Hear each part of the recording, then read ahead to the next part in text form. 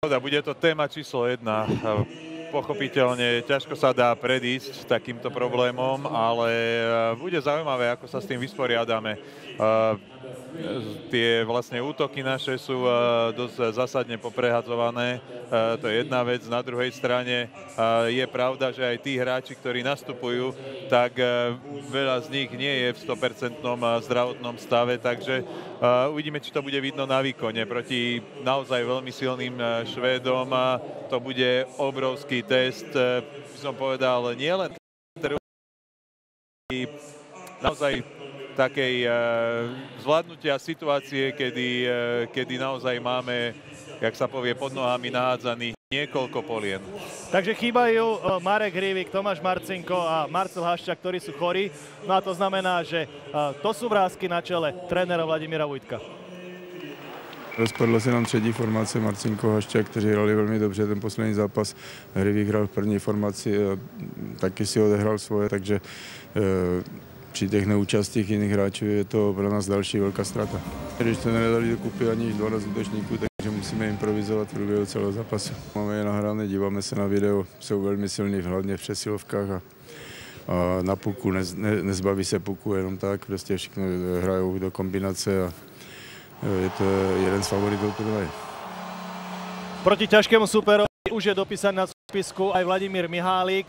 Vladimír Vujtek bude pravdepodobne musieť točiť naozaj všetkých hráčov, ktorí má k dispozícii, aby ich, ako sa hovorí, nezatavil pred ďalšími dvoma veľmi dôležitými zápasmi. Áno, bude v prvom rade otázka, či zapojí hneď všetky 4 obranné dvojice, alebo počká na nejaký príbeh zápasu. To ešte vidíme. V každom prípade ja očakávam, že traja centri sa budú normálne postupne striedať. Myslím, že sa tréner neprikloní k tej alternatíve, že by jedného centra každú tretinu dal hrať, jak sa hovorí, double shifts, že by hral v dvoch peťkách, obstriedanie. Aj keď je to možné, uvidíme. Keď sa pozrieme na tú našu súpisku, môžu zmeniť charakter hry? Tak zmeny ovplyvnia samozrejme hru nášho mužstva, lebo videli sme, že vznikali nejaké väzby medzi trojicami, medzi útokmi, ktoré sa chytili a nakoniec z dôvodu zdravotného tréner to musel žiaľbohu zmeniť. A v každom prípade bude dôležité, ako budú môcť a vedieť chlapci dodržiavať herný systém a hlavne hernú disciplínu. Poďme sa teda pozrieť na zostavu proti Švédsku. V bránke samozrejme Jan Laco, ktorý ostáva ako jednotka, Sloboda Ďaloga. No a prvý útok je zatiaľ napísaný v tomto zložení Šatan, Marek Viedenský a Ladislav Naď. Valach so Švárnym je druhá obrana dvojica. Tomáš Tatar, Juraj Mikuš a Mišo Miklik, to je útok, ktorý je rovnaký, ako tomu bolo v predchádzajúcom zápase s Norskom. Marčin s Brejčákom, Tibor Šťastný a Richard Pánik je tretí útok. No a v tom štvrtom chýba center v obrane Čerešňák s Mihálikom a Skokan s Revajom sú poslední dvaja útočníci. Hovorili sme o tom, že nám chýbajú centry, to znamená, že bude určite rôzna improvizácia, ale my sa musíme sústrediť na to, ako dávať góly a zatiaľ máme v našom týme veľmi dobrého strelca a tým je Ladislav Naď, ktorý je na šampionáte medzi päticou najlepších strelcov. A je to super, ale treba povedať, že Laco Naď, aj keď veľmi dobre kombinuje so svojím útokom, tak v podstate v poslednom zápase tie góly, ktoré dal, tak ukázal také líderstvo a obidva góly padli po takej, nechcem povedať úplne samostatnej akcii, ale naozaj zobral na seba zodpovednosť a jednoducho to víťazstvo, keď nie sám zariadil, tak treba povedať, že veľmi, veľmi mu napomohol. Ladislav Naď je na svojom 6. šampionáte. Zlatý medailista, je veľmi skúseným hráčom, 34-ročný útočník. Potom prešiel do Čerepovca a v KHL sa tak trocha jeho výkonnostná krivka strácala. Takisto odohral niekoľko zápasov aj v Dyname Minsk, ale túto sezónu naštartoval vynikajúco v Košiciach a následne ju ešte lepšie dokončil vo fínskom Jokerite. Muž, ktorý je na šampionáte po tom, čo v Bratislave na majstrovstvách sveta 2011 sa zranil proti Česku a bol takisto našim najlepším strelcom do toho zápasu, tak dnes je určite lídrom nášho týmu. Treba povedať, že už sa tak trošku pozabudlo práve na ten fakt, že Laco hrával 8 sezón v Amerike, a teda v NHL, a bol tam naozaj veľmi úspešný a myslím, že v niekoľkých sezónach dal aj cez 60 bodov, čo je už naozaj vizitka. Takže to, že aj na týchto, aj na jeho posledných majstrovstvách sveta naozaj výnimočne ukázal svoj talent, nie je možno až také prekvapujúce, jak je možno prekvapujúce, že sme ho nevideli na olympiáde. Ale to je úplne iná téma. Ďalšia vec je, že keď sa prevedieme späť do toho zápasu, ktorý nás čaká, Laco, naša výhoda, naša silná ofenzívna zbraň aj s našimi útokmi, ale kde máme teda slabinu? Slabina je jednoznačne v takej organizovanosti našej obrany v obrannom pásme. A bohužiaľ musím povedať, že Švédi sú asi najlepší práve v organizovanosti hry v útočnom pásme, čo bude obrovský test pre naše mužstvo v dnešnom zápase. Švédi vyhrávajú posledné 3 zápasy veľmi tesne, len o 1 gól, a najmä proti Norsku a Francúzsku vyhrali len 2-1 a tak troška zabubnovali na poplach, pretože tých gólov dávajú málo, ale v bráne majú vysokánskeho brankára. Tak Anders sa volá prvým menom. Nilsson je... Teraz toto je moderný štýl, proste NHL scouti hľadajú vysokých brankárov, ktorí naozaj dokážu zaplniť tú bránku. Keď sa pozrieme na túto peknú tabuľku, tak vidíme, že najviac gólov nedostal v princípe nikde. Všade to má také vyrovnané. Je to rozdelené, ale práve títo brankári, ktorí chytajú motýlikom, tak bývajú najzraniteľnejší práve do horných častí. O tom často rozprávame. Lenže tým, že on je naozaj veľmi vysoký, tak aj tie horné časti sú do veľkej miery zakryté, takže ja si myslím, že ani tak nie je švédska obrana ako švédsky brankár môžu byť v dnešnom zápase pre nás problém. No a poďme si vypočuť aj názory švédskych hokejistov pred týmto stretnutím. Slováci sú tým, ktorý je schopný herných zvratov. Bude dôležité držať puk na našich hokejkách, pretože máte množstvo skúsených a technických hráčov. Rovnako ako proti Francúzsku. Nebude to jednoduchý duel, musíme podať náš najlepší výkon, aby sme mohli reálne pomýšľať na víťazstvo nad Slovenskom. Áno, sme favoriti, zatiaľ sa nám výsledkovo darí a lepšíme sa z zápasu na zápas. Progres musíme potvrdiť aj dnes, aby sme mali šancu Slovákov zdolať. Slovensko-Švédsko, to je zápas, ktorý nás čaká v Čižovke. O chvíľočku sme späť.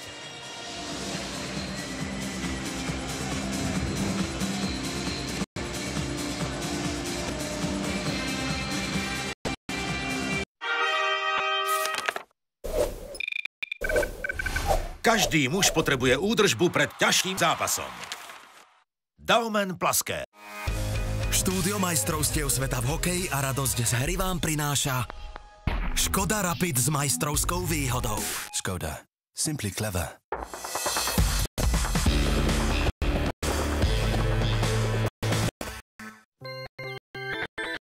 Iba Nike teraz splní sny každého hráča. Staň sa členom klubu Nike a odteraz neprehráš, aj keď neuhádneš. Nevyšli ti 2 zápasy? Vrátime ti celý vklad. Nevyšiel ti 1? Vrátime ti dvojnásobok. Tipuj v Nike a získaj jedinečný superbonus, ktorý ti dáme jedine my. Nike. Jedinečnú majstrovskú akciu vám teraz predvedie Škoda Rapid. Útok rozbieha klimatizácia, hliníkové disky, tempomat, multifunkčný volant a parkovacie senzory.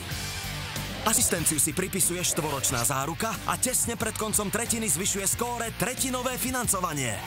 Vo finále tak víťazí Škoda Rapid s výhodou až 4200 €. Vychutnajte si jazdu s majstrovskou výhodou aj vy. Škoda. Simply clever.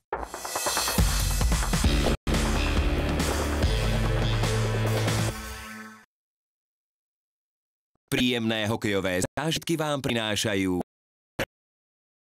Dobré zo Slovenska.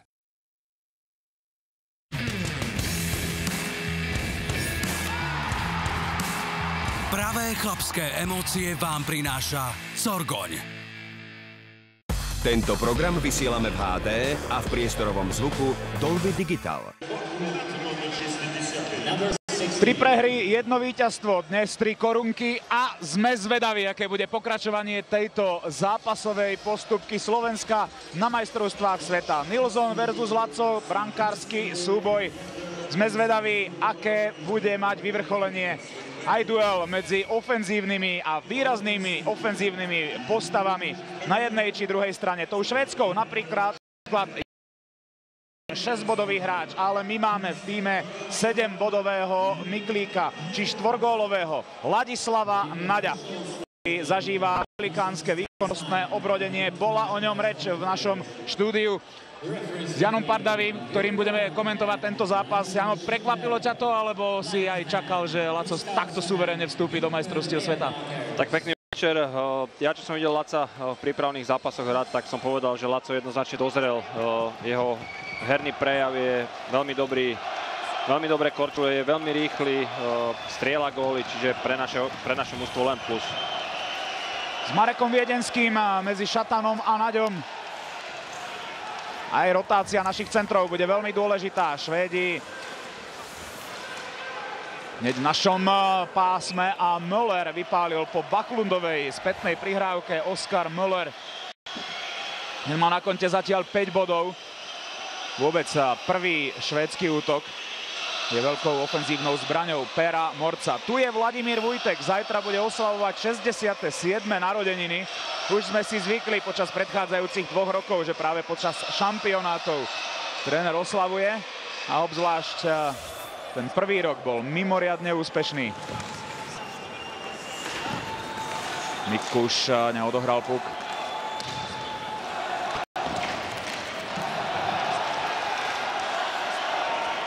Zrá to tak, že tú druhú formáciu si Švédi šetria s Nyquistom, Klaasenom a Jernkrokom, ktorá dokáže skórovať. Je tam na ľade Jimmy Eriksson, ktorý ale nereagoval na prihrávku, reagoval však na ňu Hjalmarsson. Práve oni budú chcieť brániť útok s Miklíkom, Mikušom a Tatarom, ktorý som s Norskom. Vyzerá to tak, že budú to trošku aj šachy. Švédi hneď reagovali na naše rýchle striedanie a takisto švédsky tréner Per Mort poslal iné zloženie útokov na ľad. A teraz dokonca vidíme, že v 3. striedaní zažíva návrat na ľad prvý útok. Hneď po zakázanom uvoľnení chcú využiť dobrú bilanciu na vhadzovaniach a takisto ofenzívne schopnosti. Na začiatku zápasu sa až tak veľmi únava kumulovať nemôže. Už tam ale naskočil Tibor, ktorý sa snažil bojovať s Tatarom o puk. Nezískali ho Lindström. Našiel Mellera, ktorý vyskúšal Lacovú pozornosť. Prvý švédsky útok už nám druhý raz ukázal, ako ľahko sa dokáže dostať do strelby. Meller je výborný strelec vo svojom druhom striedaní. Druhá strela, tá prvá myslím bola trošku nebezpečnejšia, razantnejšia. Tu vidíme ten druhý pokus Mellera, ktorý sa dostal do otvoreného priestoru v našom obranom pásme a ohrozil nášho Jana Laca v bránke. Zápas vedie ako hlavný Fín Peter Ron s Čechom Vladimírom Schindlerom, na čiarach Kanaďan Karlsson a Holanďan Lermakers. Videli zabojovať Révajak, puku sa nedostal. Šampionátový debut pre Mihálika, ktorý je v obrane spoločne s Čerešňákom, cez Čerešňáka vystrelil Nyquist. Viedenský ale s hráčmi zo 4. útočnej formácie, s ktorými ale pôsobil, takže pre neho nie je žiadna novinka.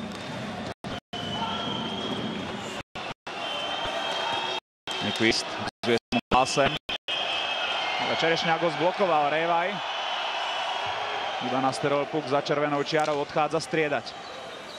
Per Mort dnes má výhodu, Švédi sú v zápase vedení ako domáci, takže on môže si robiť so svojimi formáciami, čo chce. V prípade Švédska je to vždy veľká výhoda. My ale veríme našim chlapcom, že sa s tým dokážu popasovať, ako sa teraz Mikuš pasuje so švédským kapitánom Lundqvistom. Karol Sloboda veľmi ostro zahral proti Danielsonovi. A v zápätí zastavil strelu Andersena. Švédi dnes nastúpili len so 6 obrancami, pretože chýba aj Erik Gustafsson. Znovu istý Laco vyrážačkou. Vyrazil strelu Klasa Andersena.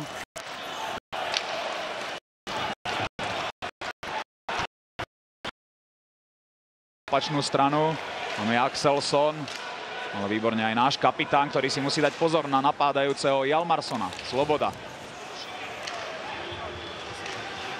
Švédi striedali, ale Jimmy Eriksson bol ďaleko. Šikovná prihrávka Nygréna. Výborne, obetavo sa Sloboda hodil do strely.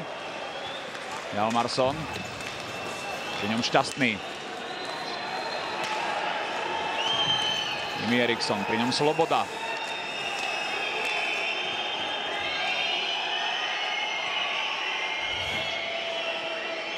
A hra prerušená, ešte stále tam máme 6 hráčov. Presne tak. Áno. To je jeden z tých momentov, kedy sa musí to zostavou nejakým spôsobom hýbať. Máme, áno, pozrieme sa. A v takomto prípade pred každým jedným striedaním si hráči, ktorí idú na ľad, musia kričať, do koho má. Podľa môjho názoru teraz k tomu nedošlo a hrali sme hodnú chvíľu 6.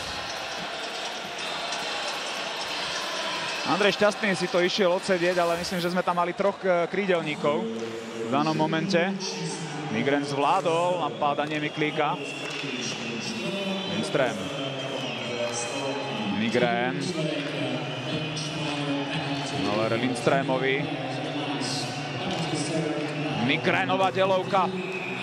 Laco opäť pripravený. Švédi avizovali zmenu v presilovkovej formácii, ale v tej prvej nedošlo. Stále je to s Erikssonom, ktorý doplnil elitnú útočnú formáciu s vynikajúco strieľajúcim backom Nygrenom. Zatiaľ sa len bránime v obranom pásme. Samozrejme teraz sme oslabení, ale je zjavný ten moment vo švédskom týme, že mali bojovú poradu a snažia sa o mnoho častejšie ohrozovať bránku súpera ako v predošlých zápasoch. Lindströmová strela a ešte snaha od dorážky od Oskara Möllera. Lindström nestihol zavrieť pásmo.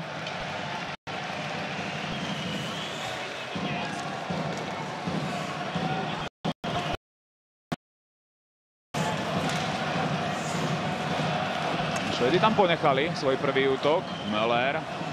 Möllerovú strelu zblokoval Pánik, keď ten puk bol tečovaný. Výborne zahral Richard Pánik, ideme do prečíslenia, je tam aj kapitán Miro Šatan. Pánik zatiahol puk už k mantinelu. Museli sme počkať. Teda Rišo Pánik hlavne musel počkať. Sa mu ukáže vo voľnom priestore Miro Šatan, ktorý bol za ním a už sa tam stihli veľmi poctivo vrátiť aj súperi. Axelsson. Nyquist.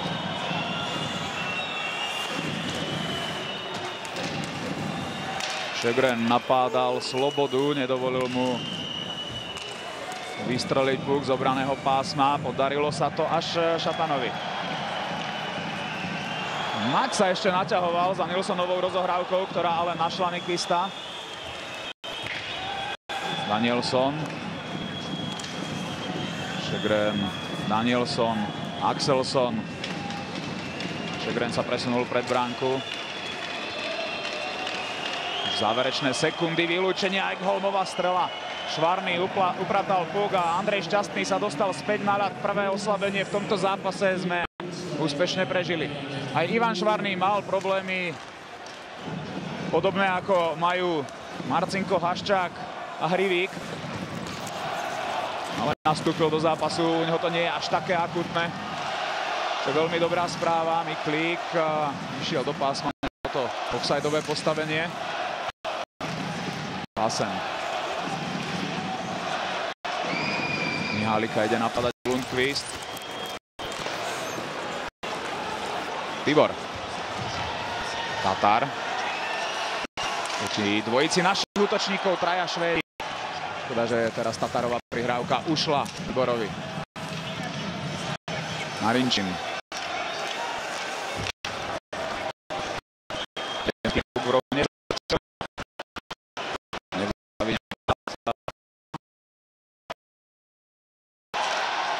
Videnský periťukol Pánikovi, ale pri ňom Andersen, ktorý ho dokázal zblokovať.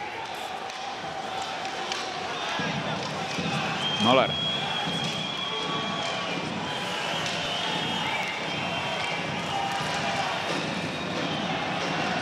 Pánik uvoľnil Tibora, tomu sa ukazuje Marinčín.